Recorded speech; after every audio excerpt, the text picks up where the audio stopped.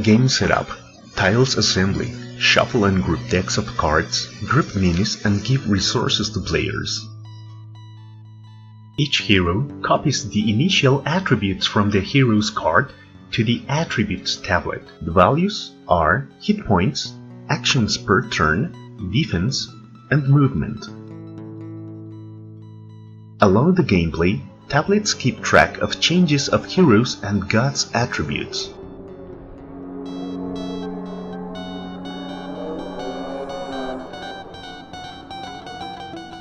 Hero's card indicates the number of initial hands, weapons, and skills. Each hero is different, as well as their initial resources.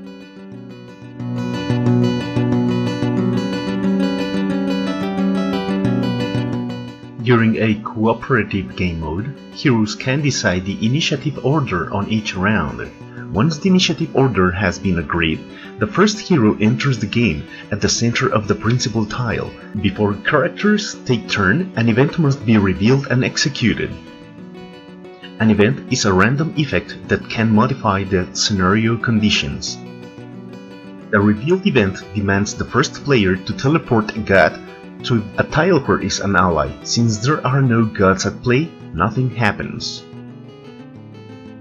After the event, the first hero, Zero, is free to execute his 3 actions. Heroes are free to choose the kind of actions to use during their turns. No,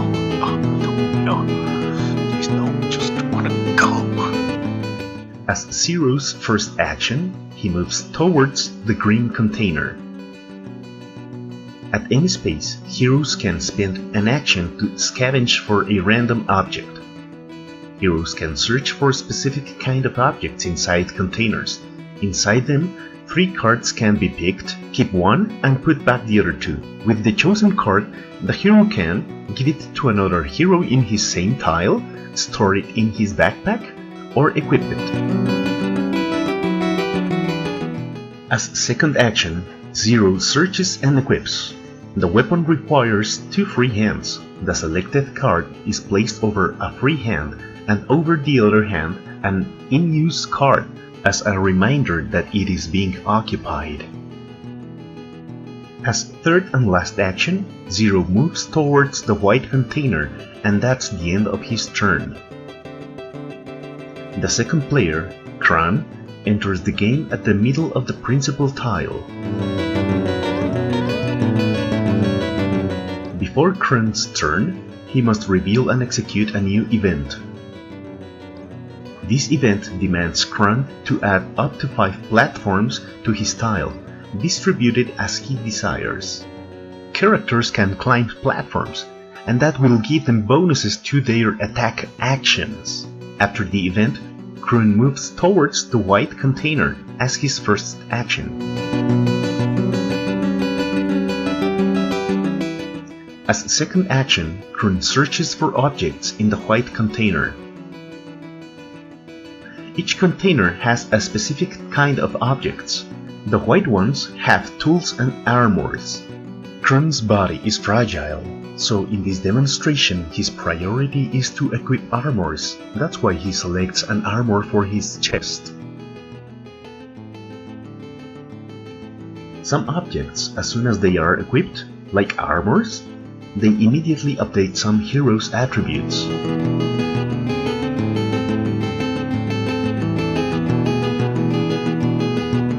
As third action, Kron searches once more in the white container.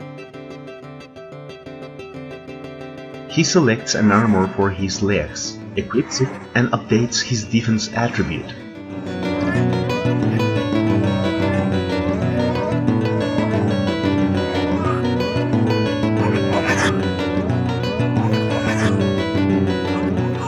As fourth and last action, he searches once again, finds a helmet, and equips it.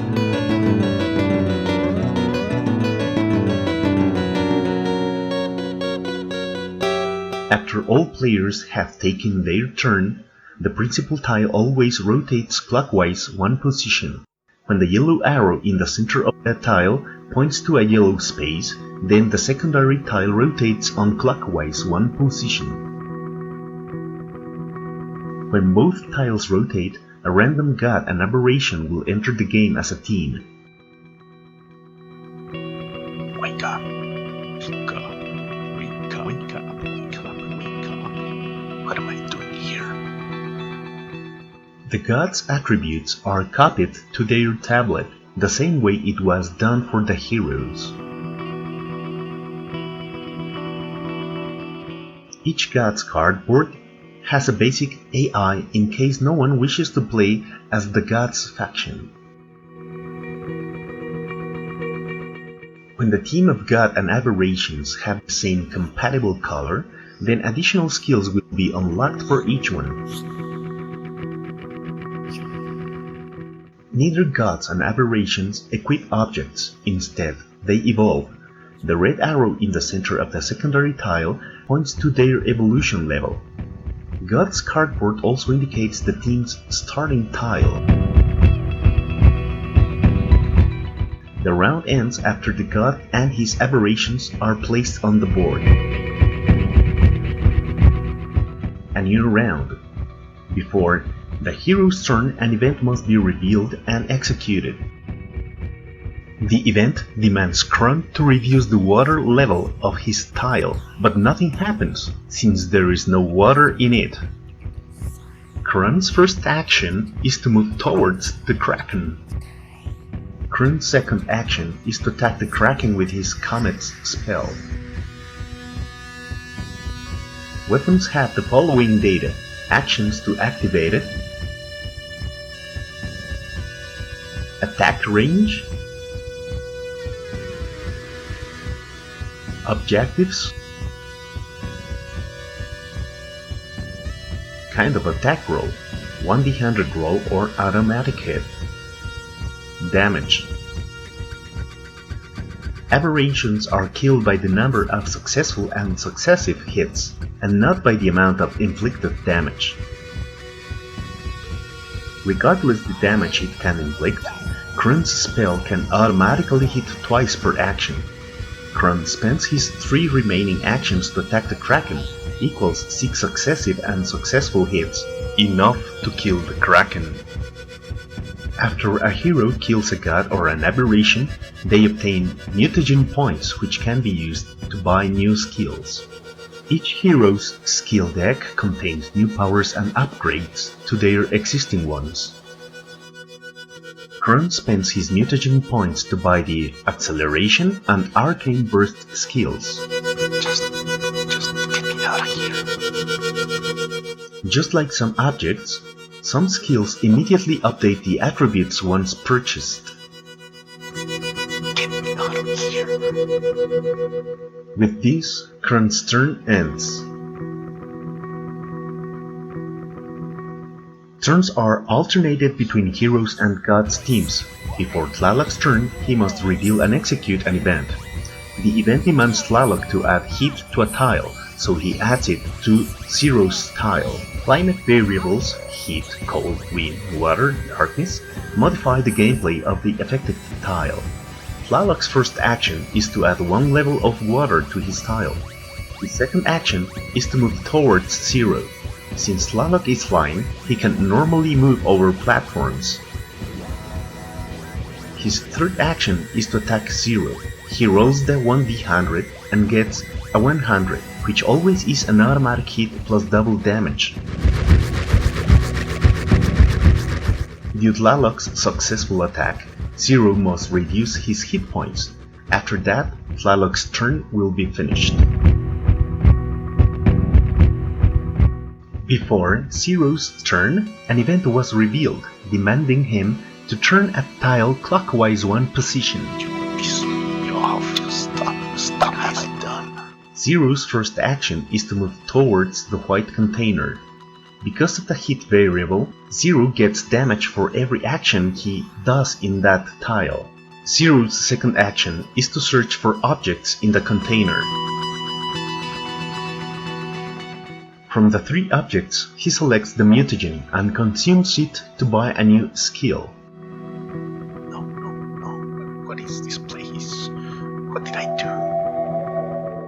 After buying the skill, mutagen points are consumed. As third action, Zero attacks Tlaloc with his machine gun. He rolls the 1d100 and gets a 55. Zero adds skill bonuses to his attack. 55 plus 5 from the first skill, plus 10 from the second skill equals 70 points of attack. 70 attack points versus 75 defense points. Defense is greater, so the attack fails, but heroes can do heroic actions that can give them temporary boosts to their skills and 1d100 rolls. The heroic action adds 15 points, so the new result is 85 versus 75. The attack is now successful, but heroic actions are always a step closer to madness, and means a degradation for heroes' performance. The side effect for Zero is to get slowdown in all his kind of movements.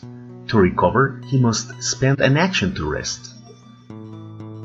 After Zero's successful attack, Tlaloc must reduce his hit points. Gods are killed by the amount of received damage, not by the amount of successive hits like aberrations need. All characters have taken turns, so before declaring the end of the round, the principal tile must rotate clockwise one position. Because the yellow arrow is not pointing to a yellow space, the secondary tile will not rotate. The third round goes with the same mechanics as the previous ones. Before the third round ends, the tiles will rotate again. After the principal tile rotates, the yellow arrow points to a yellow space, so the secondary tile also rotates.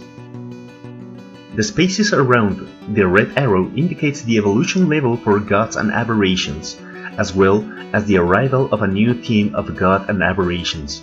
There can only be as many teams of gods as heroes are at play. The new team is made of the god Nergal and 2 Cyclopses as aberrations. The game continues with this sequence. Heroes will win the game if they achieve their goals before gods do. Gods will win the game if they take the game to the 11th round or if they kill a hero in the process. This has been an overview of the basic mechanics of the gameplay. I hope you enjoyed it. Thank you for your time.